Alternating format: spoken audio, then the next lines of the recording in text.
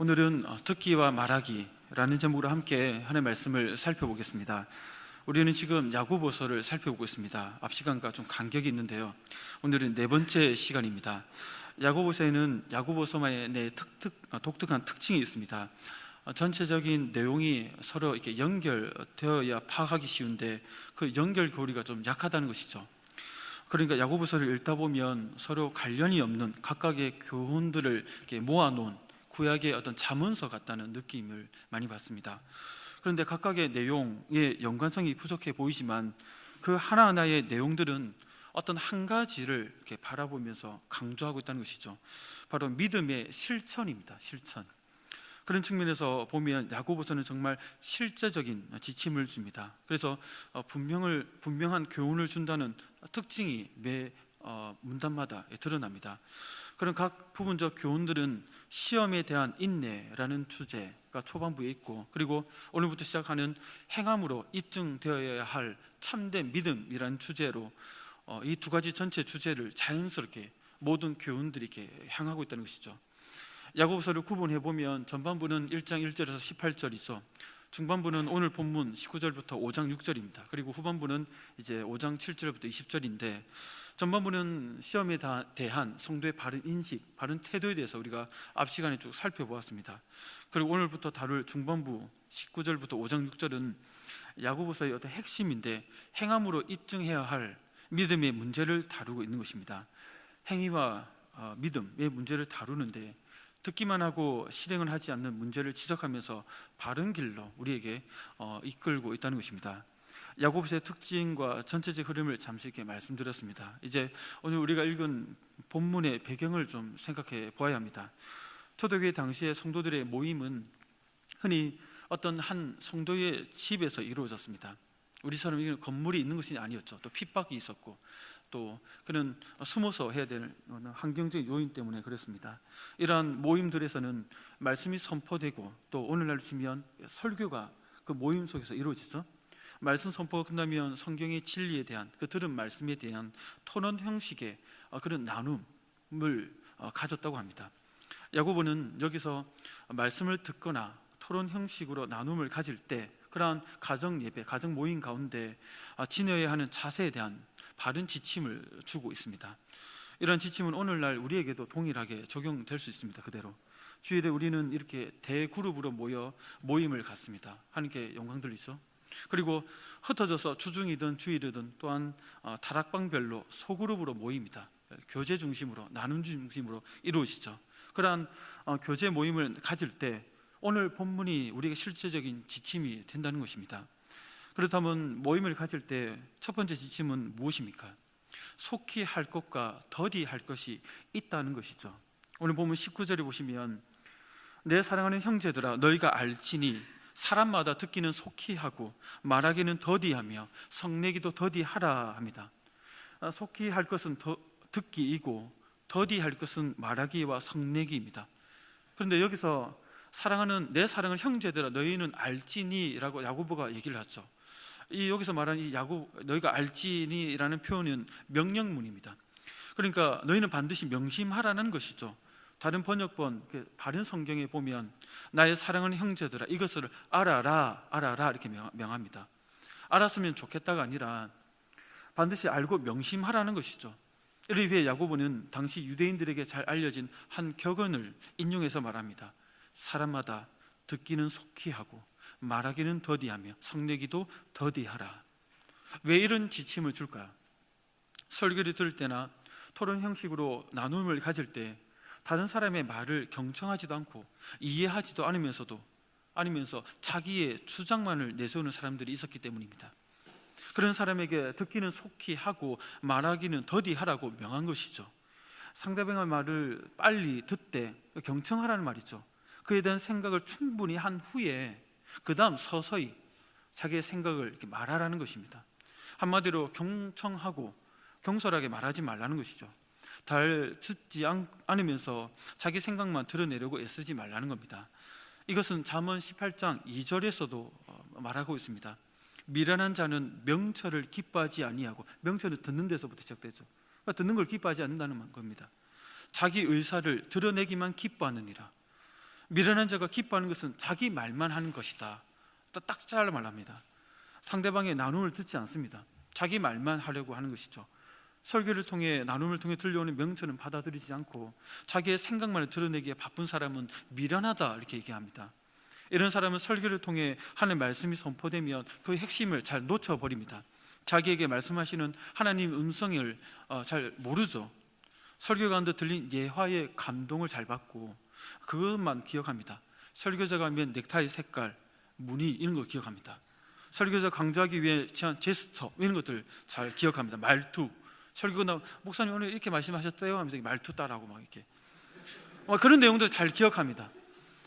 예, 이게 웃으시죠? 경험을 해봤기 때문에 그러나요? 그래서 모임 가운데 나눔을 가지면 나눌 말이 없습니다. 껍데기는 다 카피했는데 그 알맹이를 다 놓쳐버리는 것이죠. 그러니까 나눌 말이 없으니까 이런저런 세상 말하고 드라마 본 거 얘기하고 뭐 어쩌고 저쩌고 자기 말만 하게 되는 것이죠. 그런데 더 큰 문제는 경청하지 않고 말을 많이 하다 보면 화를 쉽게 낼 수 있다는 겁니다. 그래서 야고보는 19절 후반절에 보면 성내기도 더디하라 하면서 세트를 묶어서 얘기합니다. 더디할 것의 목록에 말하기와 함께 성내기도 포함시킵니다. 관련이 있다는 것이죠. 자기 말, 자기 주장만 하다 보면 시비가 붙어서 화를 내기가 쉽다는 겁니다. 그리고 성을 내게 되면 어떻게 되죠? 성내는 것은 파괴적인 요소가 있습니다. 잘못하면 모든 관계를 다 깨뜨려 버립니다. 그래서 성도 간의 교제 가운데 성을 내지 마라, 이게 권면하는 것이죠. 명하는 겁니다. 어떤 분들은 이 부분을 오해해서 성내기도 더디하라, 천천히 분노를 발하라, 이렇게 이해하시면 초딩 수준입니다. 그런데 그게 아니죠. 성급한 분노를 내지 말라는 겁니다. 성급한 분노는 혈기 때문에 일어나는 분노일 때가 많습니다. 우리들은 흔히 뚜껑이 열린다 이렇게 표현하죠. 자기 혈기를 주체하지 못해서 말을 하다 보니까 뻥 터뜨리는 것이죠. 이런 분노가 문제를 일으키죠. 20절에서 야고보는 어떤 문제를 일으키는지 그 이유를 얘기합니다. 20절에 보시면 사람이 성내는 것이 하나님의 의를 이루지 못함이라. 단순히 초등학생들의 표현대로 보면 저 사람 인성이 안 좋네 하고 넘어갈 문제가 아니라는 겁니다. 하나님의 의를 이루지 못한다. 하나님과의 그 관계의 문제입니다. 교회 안에서의 그 나눔 속에서의 상황이기 때문에 쉽게 말하면 모든 관계를 다 파괴해버립니다. 우선 자기 자신의 마음을 황폐하게 만듭니다. 화내보셨죠? 마음이 좋던가요? 황폐해지죠. 자기가 고립됩니다. 사람들이 가까이 안 하죠. 화를 버럭버럭 잘 내니까. 주변에 아무도 없게 됩니다. 그리고 상대방에게 상처를 쉽게 줍니다. 더 중요한 것은 하나님 앞에 고개를 못 듭니다. 미안하죠, 죄송하고. 성내는 것은 이렇게 자신을 고립시키고 이웃에게 상처를 주고 하나님과의 관계 속에서 무너뜨립니다. 그걸 대표적으로 성냄으로써 하나님의 의를 이루지 못한 자가 구약의 압살롬입니다. 물론 오늘 본문의 성냄과 약간 주제가 다를 수 있지만 성냄의 그 해악을 잘 드러내는 인물이기 때문에 좀 생각할 필요가 있습니다. 압살롬은 화를 마음속에 품습니다. 그리고 그것을 폭발시키죠. 그러다 망해버립니다. 자세히 보면 압살롬은 처음부터 분노를 품고 그 분노를 키웁니다. 사무엘상 13장 22, 23절에 보면 이런 상황이죠. 압살롬은 암논이 그의 누이 다말을 욕되게 하였으므로 그를 미워하여 암논에 대하여 잘못을 압살롬이 말하지 아니하니라. 같은 형제죠. 왕자들이잖아요. 배가 다른. 근데 자기 친여동생이 범합니다. 그러니까 엄청 화가 났죠. 화가 났을 때 화를 내지 않는 사람이 더 무섭습니다. 그걸 딱 품죠. 품어서 그 에너지를 칼을 가는 데 씁니다. 복수의 칼날을 가는 데 에너지를 씁니다. 그 압살롬이 무섭죠. 그래서 23절에 보면 만 2년 후에 2년 동안 칼을 갑니다. 그 에너지를 가지고 칼을 갑니다. 그래놓고 이제 꾸며놓죠. 양털을 깎는 그날 잔치를 벌이면서 초대합니다. 암논. 그래서 부하들을 시켜서 죽여버립니다. 그러나 그 분노를 어떻게 합니까? 그 분노를 이제 주체하지 못한 이제는 아버지 다윗에게 향합니다. 다들 아시겠지만 아버지 다윗을 죽이고 자기가 왕좌에 오르려다가 실패합니다. 하나님에 의해 죽임 당하죠. 압살롬이 죽여버립니다. 요압 장군에 의해서 죽습니다. 비참하게 죽습니다. 좀 극단적인 예일 수 있겠지만 분을 품고 성을 내는 것은 이렇게 파괴적입니다. 이웃을 해치고 하나님의 징벌을 불러오고 결국 자기 자신을 망가뜨린다는 것입니다. 한국 문화 속에서는 성을 내는 이는 조장하는 어떤 습관들이 좀 있는 것 같습니다. 우선 빨리빨리 문화입니다. 빨리빨리. 이 말이 참 유명합니다. 다른 나라 가면 여기 사는데 빨리빨리 뭐 이렇게 말하지 않습니까? 마음이 급하죠. 빨리빨리 뭔가를 해치워야 합니다. 식사도 빨리 해야 되고, 빨리 먹으면 그게 자랑이 됩니다. 네, 몇 분 안에 먹었다 뭐 이런 식으로. 또 걸을 때도 빨리 걸어야 됩니다. 에스컬레이터 타면 가만히 있으면 지가 올라가서 내려가게 해주는데 결국 올라가야 됩니다. 걸어서 또 내려가야 됩니다. 그러니까 서울에서는 그거 두 갈래 길을 만들어 놓고 올라가는 길, 서 있는 길 이게 하지 않습니까? 또 엘리베이터 타면 어떻게 합니까? 엘리베이터 타면 지가 자동으로 문이 닫힙니다. 타자마자 층수 누르고 바로 닫힌 버튼 연속 두세 번 바바박 누릅니다. 얼마나 급합니까? 그러니까 또 식당에 가면 외국인들이 놀라는 게 있답니다. 외국인들이 식당에서 밥 먹거나 카드로 결제하죠. 결제할 때 누가 사인합니까? 식당 주인이 카드로 모서리로 찍 껐습니다. 그러면 받고 바로 갑니다. 그 장면 외국인들이 보면서 깜짝 놀란답니다. 어떻게 카드 결제 사인을 자기가 안 하고 어떻게 식당 주인이 해줘? 그것도 찍 이렇게 긋고. 근데 우리는 문제시하지 않습니다. 왜? 빨리 하니까. 빨리 하면 오케이, 문제될 것 같습니다. 더디면 짜증납니다. 그래서 이는 빨리빨리 문화가 우리나라의 강점으로 드러나는 게 IT 강국이죠. IT 강국. 그래서 어딜 가나 인터넷이 잘 터지고 느리면 속이 터지니까 인터넷이 발달할 수밖에 없습니다. 그러니까 막 빠르죠. 그래서 4G 뭐죠 지금 5G인가요? 세계 최고입니다. 이게 그래서 빨리 하면 좋다고 생각하고 빨리 되면 잘한다고 생각하고 빨리 일을 하면 실력이 있다 이렇게 생각합니다. 그래서 빨리빨리 문화에 너무 익숙해져 있기 때문에 동남아나 다른 나라 가보면 속 터져 죽겠다 막 이렇게 얘기합니다. 사람들이. 사실 그게 정상일 수도 있는데, 그런데 사람이 급하면 실수를 잘하게 되죠. 급한 마음에 상대방의 말을 끝까지 들어주지 못할 때가 있습니다. 또 한국어의 특징이 뭐냐면 이 결론, 어순의 마지막에 나옵니다. 그 말을 끝까지 들어봐야 무슨 말인지 알 수 있습니다. 한국어는 특징이. 그래서 우스갯소리로 조선말은 끝까지 들어봐야 안다. 이 말 그대로 그렇습니다. 조선말 끝까지 들어봐야 됩니다. 영어는 결론을 먼저 내려놓고 그 이유를 차근차근 설명하는 순으로 어순이 되었습니다. 그래서 듣는 사람은 밋밋할 수 있습니다. 이미 결론을 아니까. 그래도 여유 있게 듣습니다. 결론 아니까. 그런데 한국어는 결론을 마지막에 내리기 때문에 무슨 말인지 끝까지 들어봐야 합니다. 그러다 보니까 성격도 급한데 한국어 어순상 결론이 끝에 내리니까 듣다 보면, 그래서 결론이 뭔데? 하자는 거야 말자는 거야? 빨리 말해봐, 해 마라 하면서 막 달달달 볶습니다. 그러다 보면 성급하게 상대방의 말을 다 듣지 않고 다그치 이럴 때가 많다는 것이죠. 한국 언어의 특징, 또 빨리빨리 문화, 이런 것들이 대화를 나눌 때 상대방에게 성내기가 쉽다는, 실수하기가 쉽다는 겁니다. 이런 모습이 교회 안에서도 쉽게 드러날 수 있죠. 교회는 주로 말을 통해서 중요한 활동이 이루어집니다. 진리의 말씀도 설교라는 이 언어를 통해서 전달되죠. 성도의 교제도 말을 통해서 서로의 삶을 소통하면서 삶을 나누고 기도 제목을 나누고 은혜를 나눕니다.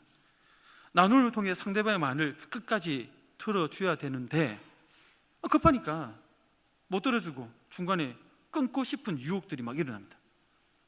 말을 끊으면 자연스럽게 나도 끊음을 당했으니까 상대방의 말을 끊고 싶은 유혹이 막 일어납니다.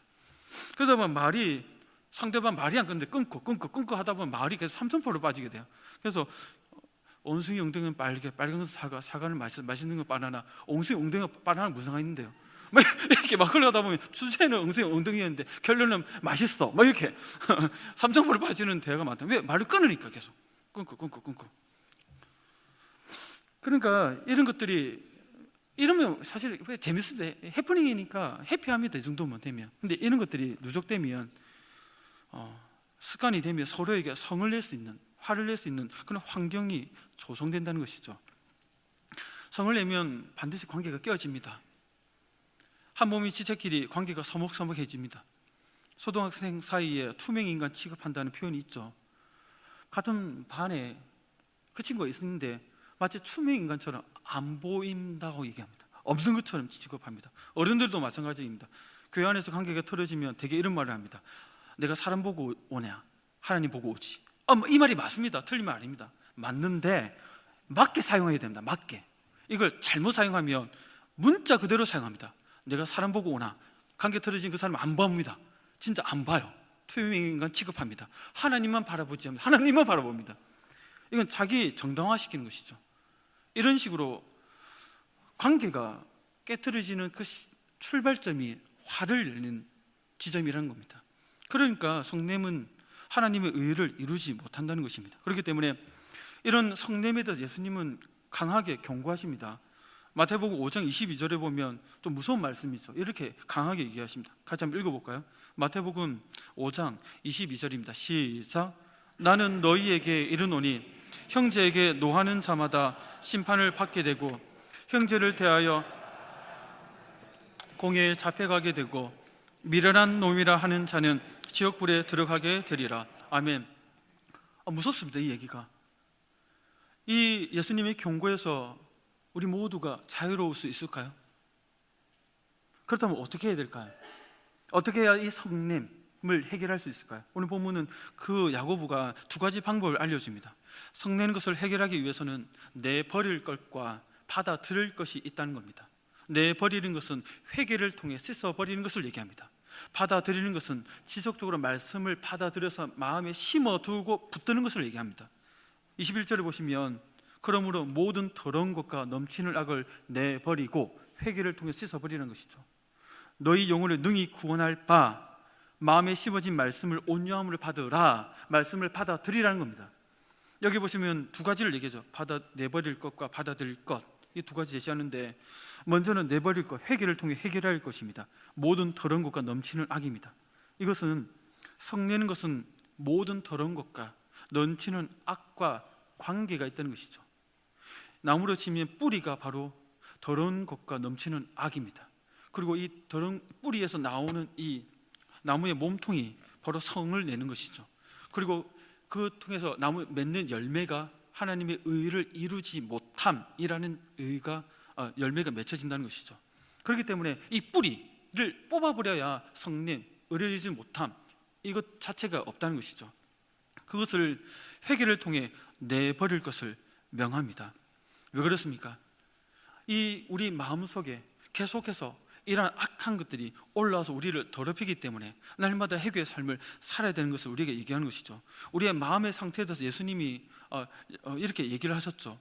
마태복음 15장입니다. 15장 18절에 20절 말씀 우리 같이 한번 읽어보겠습니다. 시작. 입에서 나오는 것들은 마음에서 나오나니 이것이야말로 사람을 더럽게 하느니라. 마음에서 나오는 것은 악한 생각과 살인과 간음과 음란과 도둑질과 거짓 증언과 비방이니 이런 것들이 사람을 더럽게 하는 것이요. 아멘. 네, 여기까지. 마음속에 있는 이런 것들이 결국 말을 통해서 사람을 더럽게 만든다는 것입니다. 그러면서 또 내버려야 할 것이 넘치는 악이다 이렇게 표현합니다. 이것은 마음속에서 솟아쳐 올라와서 밖으로 표치돼서 드러나는 어떤 행동을 얘기합니다. 행동. 그것을 넘치는 악이다 표현하는데 여기서 넘친다는 표현은 절제할 수 없는, 통제할 수 없는 것들이죠. 마치 길들여지지 않은 야생마처럼 내 속에 통제되지 않고 막 행동으로 드러나는 그런 거친 모습들을 얘기한다는 것입니다. 이런 것 두 가지를 묶어서 내버리라고 얘기합니다. 그것은 왜 우리가 이렇게 내버려야 됩니까?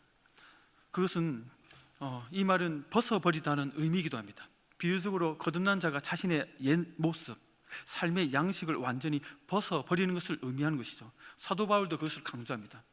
에베소 4장 22절에 보시면 너희는 유혹의 욕심을 따라 썩어져가는 구습을 따르는 옛사람에 벗어버리고 이렇게 합니다. 옛사람 벗어버리라. 성도 여러분, 여기서 분명한 사실은 예수님을 믿고 거듭난 우리는 이미 그리스도와 함께 그 옛사람이 죽은 자입니다. 그래서 로마서 6장 4절에서는 그러므로 우리가 그의 죽으심과 합하여 세례를 받음으로 그와 함께 장사되었나니 얘기합니다. 이 사실을 분명히 확신하셔야만 합니다. 그래야 거듭난 이후의 삶을 제대로 살아갈 수 있는 것이죠. 거듭났다는 것은 다른 의미로 죄에 대하여 죽은 자라는 의미입니다. 그래서 로마서 6장 2절에서는 그럴 수 없느니라 죄에 대하여 죽은 우리가 어찌 그 가운데 더 살리요 합니다. 우리는 죄에 대하여 죽은 자들입니다. 여기서 죄에 대해 죽었다는 것은 우리 안에 죄가 죽었다는 것이 아닙니다. 그 말은 우리가 죄와 결정적으로 결별했다. 죄의 지배에서 전격적으로 해방되었다는 것입니다. 우리의 신분이 더 이상 죄의 종, 노예가 아니라 하나님의 자녀가 되었다는 것이죠. 이 사실을 위해 성도의 삶은 출발합니다. 다시 말해 성화의 삶을 살아가는 것이죠. 하지만 거듭난 성도라도 옛사람은 십자가에 그리스도와 함께 죽었지만 여전히 그 습관은 가지고 있습니다. 그래서 우리의 삶 가운데 나도 모르게 옛 습관이 올라올 때가 있다는 것이죠. 여전히 마음에 품어서는 안 될 생각들을 품습니다. 여전히 입을 통해 거친 말을 내뱉기도 합니다. 여전히 행동 속에서 악한 길로 가고자 하는 그런 성향이, 경향성이 있다는 것이죠. 거듭난 성도라도 성화의 삶 가운데서 여전히 여러 종류의 악에 오염될 수 있기에 그것을 아는 야고보는 틈을 두지 말고 그것을 내버리라고 명하고 있는 것입니다. 다시 말해 매일매일 회개의 삶을 통해서 씻어 버리라는 것입니다. 모든 더러운 것과 악이 내 마음에 쌓이지 않도록, 넘치는 분을 바라지 못하도록 매일매일 십자가 보혈을 의지해서 회개의 삶을 살라는 것입니다. 회개 기도할 때 자주 붙드는 구절이 있죠. 요한일서 1장 9절입니다. 같이 한번 읽어볼까요? 요한일서 1장 9절입니다. 시작. 만일 우리가 우리 죄를 자백하면 의로우사 우리 죄를 사하시며. 아멘. 자기 죄를 인정하고 자백하고 회개하면 모든 불의에서 깨끗하게 씻어 주십니다. 더 이상 모든 더러운 것과 악이 넘치지 않도록 붙들어 주십니다. 혹시나 넘어졌더라도 다시 더러워지지 않도록 즉시 깨끗하게 해 주십니다. 성도 여러분, 바라기는 새해 첫 주일을 보내면서 날마다 이러한 회개 기도의 삶을 사시기를 소원합니다. 날마다 회개 기도를 통해서 여러분들 마음속에 더러운 것과 넘치는 악이 들어오지 않도록, 허용하지 않기를 힘쓰시기를 소원합니다. 회개 기도를 통해 내버릴 것을 살펴봤다면 이제는 받아들일 내용이 있는 것이죠. 모든 더러운 것과 넘치는 악을 내버리기만 하면, 새로운 것으로 덧입지 않는다면 본질적인 변화가 이루어질 수 없다는 것입니다. 그런 차원에서 야고보는 너희 영혼을 능히 구원할 바 마음에 심어진 말씀을 온유함으로 받으라 명합니다. 이 권면은 헬라어 문장에서 보면 온유함을 받으라 이 말이 먼저 나옵니다. 명령이죠. 그리고 받을 내용을 이어서 말합니다. 말씀이죠. 여기서 온유함으로 받으라는 단어는 야생마가 길들여진 상태를 얘기합니다.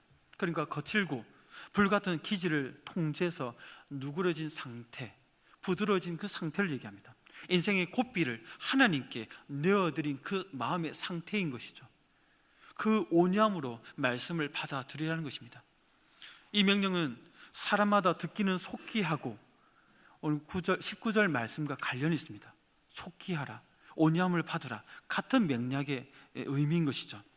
그래서 하나님의 말씀을 들을 때, 이게 설교를 듣고 교제를 통해서 하나님의 은혜의 말씀을 들을 때 그렇게 속히 온유함으로 받아들여라는 의미라는 것입니다.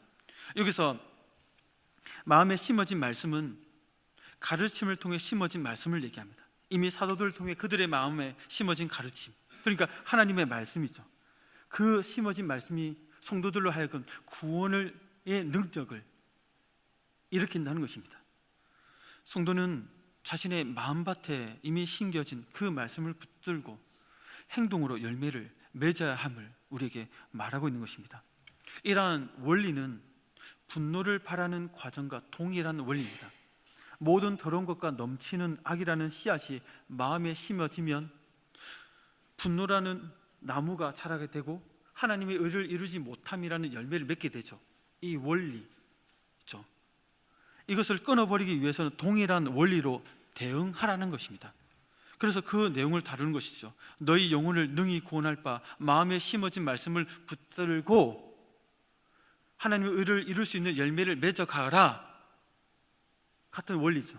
이렇게 이는 같은 원리로 대응할 때 방금 말했던 그런 악한 것들을 이겨낼 수 있다고 얘기한다는 것입니다.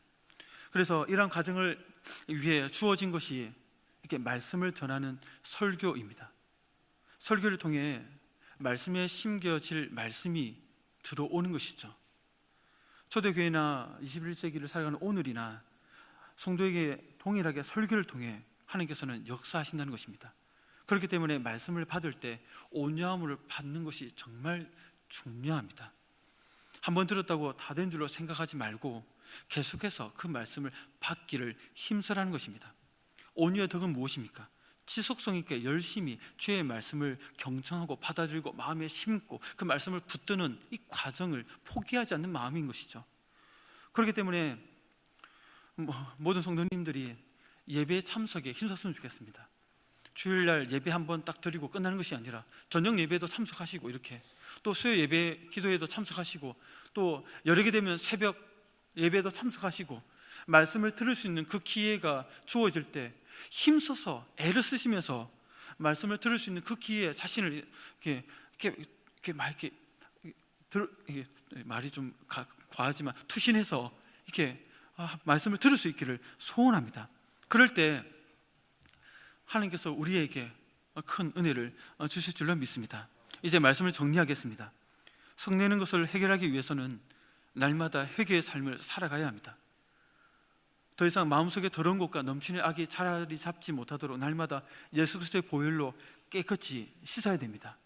동시에 설교를 통해, 이 말씀을 통해 우리에게 주시는 하나님의 그 음성을 온유함으로 받아들이기를 소원합니다.